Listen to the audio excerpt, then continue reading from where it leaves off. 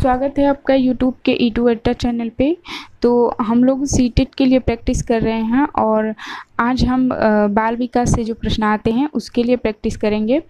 तो बाल विकास से जो 30 प्रश्न आते हैं और उसमें हमने 15 प्रश्न करवा दिए हैं और आज 15 प्रश्न की प्रैक्टिस आज करवाएंगे। तो अगर आपने उस वीडियो को नहीं देखा है तो देख लीजिएगा, काफ़ी इम्पॉर्टेंट ये प्रश्न है और ऐसे ही प्रश्न आते हैं। तो अगर आप इसको समझ के आपने इनकी प्रैक्टिस किया है तो आपको बहुत आसानी होगी एग्ज़ाम में। तो चलिए देखते हैं अगला क्वेश्चन क्या है। तो 16वां क्वेश्चन है कि इरफान खिलौने को तोड़ता है और उसके पुर्जों को देखने के लिए उन्हें अलग अलग कर देता है, तो आप क्या करेंगे? ए, उसके जिज्ञासु स्वभाव को प्रोत्साहित करना और उसकी ऊर्जा को सही दिशा में संचालित करेंगे। बी, उसे समझाएंगे कि खिलौनों को कभी तोड़ना नहीं चाहिए। सी, इरफान को खिलौने से कभी भी नहीं खेलने देंगे। या डी, उस पर हमेशा नज़र रखेंगे। तो इन चारों ऑप्शन में से कौन सा सबसे पॉजिटिव आंसर है? जैसे एक बच्चा है इरफान और वो खिलौनों को तोड़ता है, उसके पुर्जों को देखने के लिए उसे अलग अलग कर देता है। तो उसके जो ऐसा कर रहा है तो उसके लिए आप क्या करेंगे? तो सही उत्तर है उसके जिज्ञासु स्वभाव को प्रोत्साहित करेंगे और उसकी ऊर्जा को सही दिशा में संचालित करेंगे। तो ए सही उत्तर होगा, क्योंकि बच्चा किस लिए तोड़ता है, उसके अंदर एक जिज्ञासा है चीज़ों को देखने की, तो इसलिए उसके जिज्ञासु स्वभाव को और आप प्रोत्साहित करेंगे और बढ़ावा देंगे, जिससे कि उसके अंदर की जो क्षमता है वो सही दिशा में लग जाए। तो इसलिए इसका सही उत्तर ए होगा। अगला क्वेश्चन है, बच्चे के विकास के सिद्धांत को समझना शिक्षक की सहायता करता है। ए, शिक्षार्थियों को क्यों पढ़ाना चाहिए, यह औचित्य स्थापित करने में। बी, शिक्षार्थियों की भिन्न अधिगम शैलियों को प्रभावी रूप में संबोधित करने में। सी, शिक्षार्थी के सामाजिक स्तर को पहचानने में। या डी, शिक्षार्थी की आर्थिक पृष्ठभूमि को पहचानने में। तो शिक्षक को बच्चों के विकास का सिद्धांत जो होता है उसको समझना अनिवार्य होता है, और ये किस लिए होता है या शिक्षक को कैसे सहायता करता है, तो यही बताना है। तो इसका सही उत्तर होगा बी, शिक्षार्थियों की भिन्न अधिगम शैलियों को प्रभावी रूप से संबोधित करने में। अगर कोई शिक्षक बच्चे के विकास के सिद्धांत को अच्छे से पढ़ा है या अच्छे से जानता है, उसको प्रयोग में लाता है, तो वो बच्चों की अधिगम शैली को प्रभावी रूप से मतलब अपनी जो सिखाने की शैली है उसको बच्चों के सामने प्रभावी रूप से प्रस्तुत कर पाएगा। तो इसलिए बच्चों के विकास के सिद्धांत को समझना हर शिक्षक के लिए ज़रूरी होता है। तो इसका राइट ऑप्शन बी होगा। अगला है, प्रत्येक शिक्षार्थी स्वयं में विशिष्ट है। इसका अर्थ है कि ए, सभी शिक्षार्थियों के लिए एक समान पाठ्यचर्या संभव नहीं है। बी, एक विषम रूपी कक्षा में शिक्षार्थियों की क्षमताओं को विकसित करना असंभव है। सी, कोई भी दो शिक्षार्थी अपनी योग्यताओं, रुचियों और प्रतिभाओं में एक समान नहीं होते। डी, शिक्षार्थियों में न तो कोई समान विशेषताएं होती हैं और न ही उसके लक्ष्य समान होते हैं। तो इन चारों ऑप्शन में से कौन सा सही होगा? एक कथन है कि प्रत्येक शिक्षार्थी स्वयं में विशिष्ट है। तो इसका आप कैसे अर्थ निकाल पाएंगे कि प्रत्येक विद्यार्थी अपने में या खुद में एक विशिष्ट शिक्षार्थी है? तो इसका सही उत्तर होगा कि कोई भी दो शिक्षार्थी अपनी योग्यताओं, रुचियों और प्रतिभाओं में एक समान नहीं होते हैं। मतलब प्रत्येक शिक्षार्थी, प्रत्येक बालक उनकी अपनी अलग अलग योग्यताएं होती हैं, अलग अलग रुचियां होती हैं, अलग अलग उनके प्रतिभा होते हैं, वो एक समान नहीं होते हैं। कोई भी दो बालक एक समान नहीं हो सकते हैं। कुछ योग्यताएं उनकी मिलती हैं, लेकिन कुछ न कुछ उनकी ऐसी योग्यताएं होती हैं जो दूसरे बालकों से असमान होती हैं। तो इसलिए प्रत्येक बालक जो है अपने आप में विशिष्ट है। तो इसका राइट ऑप्शन सी होगा। अगला है, पुरुष स्त्रियों की अपेक्षा ज़्यादा बुद्धिमान होते हैं। यह कथन है, पुरुष स्त्रियों की अपेक्षा ज़्यादा बुद्धिमान होते हैं। तो यह क्या दर्शाता है? तो ए है, लैंगिक पूर्वाग्रह को प्रदर्शित करता है। बी, बुद्धि के भिन्न पक्षों के लिए सही है। सी, सही है। डी, सही हो सकता है। तो इनमें से कौन सा सही है?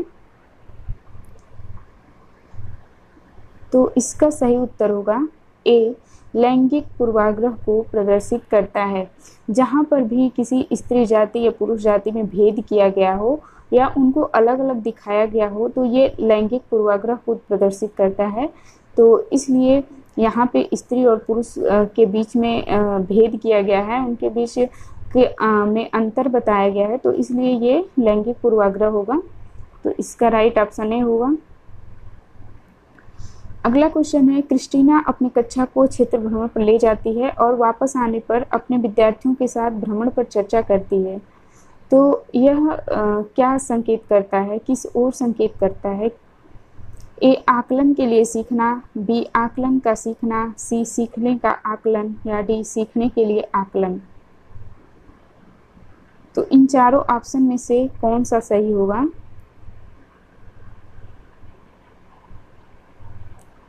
तो सही उत्तर होगा सीखने का आकलन, क्योंकि जब वो अपने बच्चों को भ्रमण के लिए ले गई है और जब वो भ्रमण करके आते हैं तो उनसे भ्रमण पे चर्चा करती है, तो इसका मतलब यही है कि वो कहीं न कहीं उनका आकलन कर रही है कि भ्रमण से उन्होंने कितना सीखा है। तो इसका राइट ऑप्शन होगा सीखने का आकलन।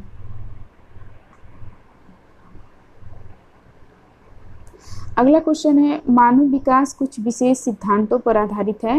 निम्नलिखित में से कौन सा मानव विकास का सिद्धांत नहीं है?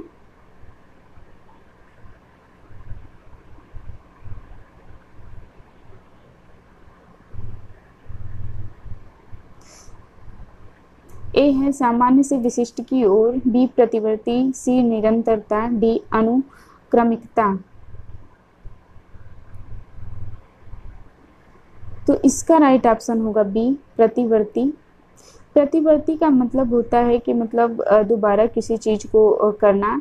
तो जो मानव का विकास है वो एक बार जैसे हो जाता है वैसे ही रहता है, उसमें मतलब कई बार उसको विकसित नहीं किया जा सकता है। जैसे अगर आपके अंदर एक बार परिपक्वता आ गई तो फिर जैसी भी है उसको आप बदल नहीं सकते हैं।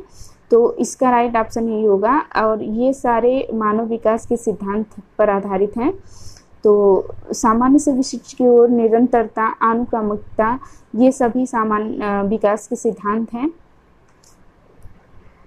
अगला है, निःशक्त बच्चों के लिए समेकित शिक्षा की केंद्रीय प्रायोजित योजना का उद्देश्य है में निःशक्त बच्चों को शैक्षिक अवसर उपलब्ध कराना।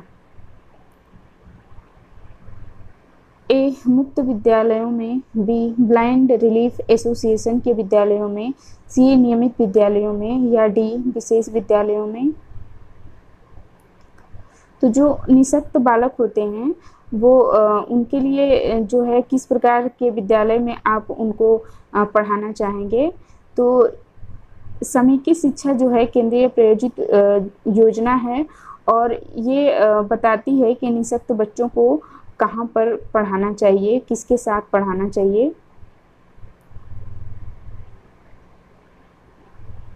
तो इसका सही उत्तर होगा नियमित विद्यालयों में, क्योंकि नियमित विद्यालयों में पढ़ाने से बच्चे रोज स्कूल जाएंगे और फिर अपने घर आ जाएंगे। उनके लिए किसी भी प्रकार की विशेष विद्यालय की मतलब विद्यालय में पढ़ाने के लिए इसके तहत प्रावधान नहीं किया गया है। इसका मतलब जो समेकित शिक्षा है इसमें निःशक्त बच्चा और जो सामान्य बच्चा है दोनों को साथ में मिला के शिक्षा दिया जाता है, दोनों को एक साथ शिक्षा दिया जाता है। तो इसलिए नियमित विद्यालयों में ही पढ़ाने के लिए ये अवसर उपलब्ध कराता है। तो इसका राइट ऑप्शन सी होगा। अगला क्वेश्चन है, निम्नलिखित में से कौन सा कथन सीखने के बारे में सही है? ए है सीखने के किसी भी चरण पर सीखना संवेगात्मक कारकों से प्रभावित नहीं होता। बी सीखना मूल रूप से मानसिक क्रिया है। सी बच्चों द्वारा की गई त्रुटियां ये संकेत करती हैं कि किसी तरह का सीखना नहीं हुआ। डी सीखना उस वातावरण में प्रभावित होता है जो संवेगात्मक रूप से सकारात्मक हो और शिक्षार्थियों को संतुष्ट करने वाला हो।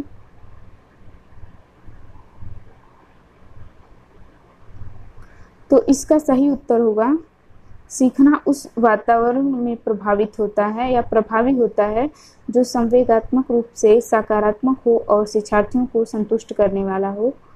तो सीखने के बारे में ये बहुत सही है, क्योंकि आप तभी सीख सकते हैं जब उस तरीके का आपके सामने वातावरण हो और आपका जो वो वातावरण हो आपके हिसाब से वो आपके सकारात्मक हो और आपको संतुष्ट करने वाला हो, तब भी आप चीज़ों को अच्छे से सीख पाएंगे या बच्चे अच्छे से सीख पाएंगे। तो इसलिए इसका सही उत्तर डी होगा। अगला है मूल्यांकन का मुख्य उद्देश्य होना चाहिए। ए यह निर्णय लेना कि क्या विद्यार्थी को अगली कक्षा में प्रोन्नत किया जाना चाहिए। बी सीखने में होने वाली कमियों का निदान और उपचार करना। सी शिक्षार्थियों की त्रुटियां निकालना। या डी शिक्षार्थियों की उपलब्धि को मापना। तो मूल्यांकन का मुख्य उद्देश्य क्या होना चाहिए?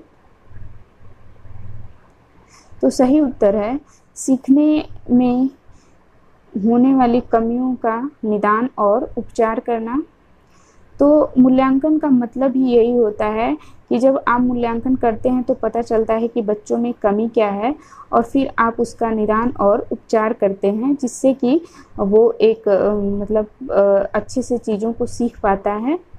जो नहीं सीख पाया रहता है उसको सीख लेता है।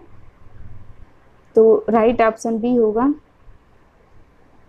अगला है शिक्षार्थी जो पहले सीख चुके हैं उनकी पुनरावृत्ति और प्रत्यास्मरण में शिक्षार्थियों की मदद करना महत्वपूर्ण है, क्योंकि ए पूर्व पाठों को दोहराने का यह एक प्रभावी तरीका है। बी यह शिक्षार्थियों की स्मृति को बढ़ाता है जिससे सीखना सुदृढ़ होता है।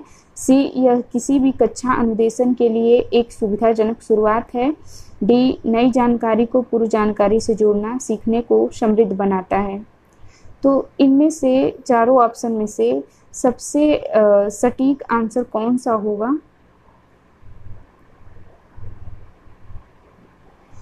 तो सही उत्तर है डी नई जानकारी को पूर्व जानकारी से जोड़ना सीखने को समृद्ध बनाता है। तो इसमें यही पूछा है कि शिक्षार्थी जो पहले सीख चुके हैं उसकी पुनरावृत्ति और प्रत्यास्मरण में शिक्षार्थियों की मदद करना महत्वपूर्ण है। तो जैसे आपने कुछ सीखा हुआ है और जब बाद में आप कुछ दूसरा चीज़ सीखते हैं या आपको अध्यापक कुछ सिखा रहा है तो उन चीज़ों को रिलेट करके हम सीख कर चलते हैं, तो वो चीज़ें भी एक बार हमारे उनकी भी एक बार पुनरावृत्ति हो जाती है। तो इसलिए ये डी सही होगा, क्योंकि नई जानकारी को पूर्व जानकारी से जोड़ना सीखने को समृद्ध बनाता है। तो ये जब जो नई जानकारी आप ले रहे हैं उसको जो पहले सीखे हुए हैं उन दोनों को जोड़ के आप सीखेंगे तो चीज़ें उसको जल्दी नहीं भूल पाएंगे और वो बहुत ज़्यादा समृद्ध हो जाएगा। तो इसलिए इसका डी ऑप्शन सही होगा। अगला है सृजनात्मक उत्तरों के लिए आवश्यक है मुक्त उत्तर वाले प्रश्न। बी एक अत्यंत अनुशासित कक्षा। सी प्रत्यक्ष शिक्षण एवं प्रत्यक्ष प्रश्न। डी विषय वस्तु आधारित प्रश्न। तो सृजनात्मक उत्तर के लिए कैसे प्रश्न होने चाहिए? तो इसका सही उत्तर होगा मुक्त उत्तर वाले प्रश्न। सृजनात्मक उत्तर आप तभी दे सकते हैं जब आप एक खुले विचार वाले आपके सामने खुला प्रश्न आए, तो भी आप उस चीज़ों को नए उसको उसकी रचना कर सकते हैं, उसे अपने दिमाग से खुले दिमाग से सोच सकते हैं, तभी वो सृजनात्मक उत्तर कहलाता है। तो इसलिए इसका ए ऑप्शन सही होगा मुक्त उत्तर वाले प्रश्न। अगला है शिक्षार्थियों को के लिए प्रोत्साहित नहीं करना चाहिए। ए अधिक से अधिक पाठ्य सहगामी क्रियाओं में हिस्सा लेने के लिए। बी शिक्षक जो पूछ सकते हैं उन सभी प्रश्नों के उत्तर याद करने के लिए। सी कक्षा के अंदर और बाहर अधिक से अधिक प्रश्न पूछने के लिए। या डी समूह कार्य में दूसरे शिक्षार्थियों के साथ सक्रिय रूप से अंतःक्रिया करने के लिए। तो इन चारों ऑप्शन में से किस चीज़ के लिए बच्चों को प्रोत्साहित नहीं करना चाहिए? तो सही उत्तर होगा शिक्षक जो पूछ सकते हैं उन सभी प्रश्नों के उत्तर याद करने के लिए। तो शिक्षक को कभी भी प्रश्नों का उत्तर याद करने या रटने के लिए नहीं बोलना चाहिए। उन्हें ये बोलना चाहिए कि इसको समझें बच्चे, पहले इसको समझिए तो वो खुद याद हो जाएगा। तो इस तरीके से बच्चों को बताना चाहिए, न कि उसको रटवाना चाहिए। तो इसलिए इसका राइट ऑप्शन बी होगा। अगला है निम्नलिखित में से कौन सा रचनात्मक आकलन के लिए उचित उपकरण नहीं है? ए सत्र परीक्षा, बी प्रश्नोत्तरी और खेल, सी दत्त कार्य या डी मौखिक प्रश्न। तो इसका सही उत्तर होगा दत्त कार्य। दत्त कार्य क्या होता है कि जो हम जैसे दैनिक कार्य देते हैं, बच्चों को होमवर्क देते हैं, तो उससे उनका रचनात्मक आकलन नहीं किया जा सकता है। तो इसलिए ये सही उपकरण नहीं है रचनात्मक आकलन के लिए। तो इसका सही उत्तर होगा दत्त कार्य। और ए जो है सत्य कार्य, प्रश्नोत्तरी और खेल, मौखिक प्रश्न, इन सभी से आप बच्चों के अंदर की रचनात्मकता जो है उसका आकलन कर सकते हैं। तो इसलिए इसका सही उत्तर होगा दत्त कार्य। अगला है विद्यार्थियों के सीखने में जो रिक्तियां रह जाती हैं उनके निदान के बाद होना चाहिए। सभी पाठों को व्यवस्थित रूप से दोहराना, शिक्षार्थियों और अभिभावकों को उपलब्धि के बारे में बताना, समुचित उपचारात्मक कार्य या सघन अभ्यास कार्य। तो शिक्षार्थियों के सीखने में जो रिक्तियां रह जाती हैं उनके निदान के बाद क्या करना चाहिए? तो सही उत्तर होगा समुचित उपचारात्मक कार्य। अगला है भारतीय समाज की बहुभाषिक विशेषता को देखा जाना चाहिए। तो किस नज़रिए से देखा जाना चाहिए? ए विद्यार्थियों को सीखने के लिए अभिप्रेरित करने हेतु शिक्षक योग्यता की चुनौती के रूप में। बी शिक्षार्थियों के लिए विद्यालय जीवन को एक जटिल अनुभव के रूप में बनाने के लिए कारक के रूप में।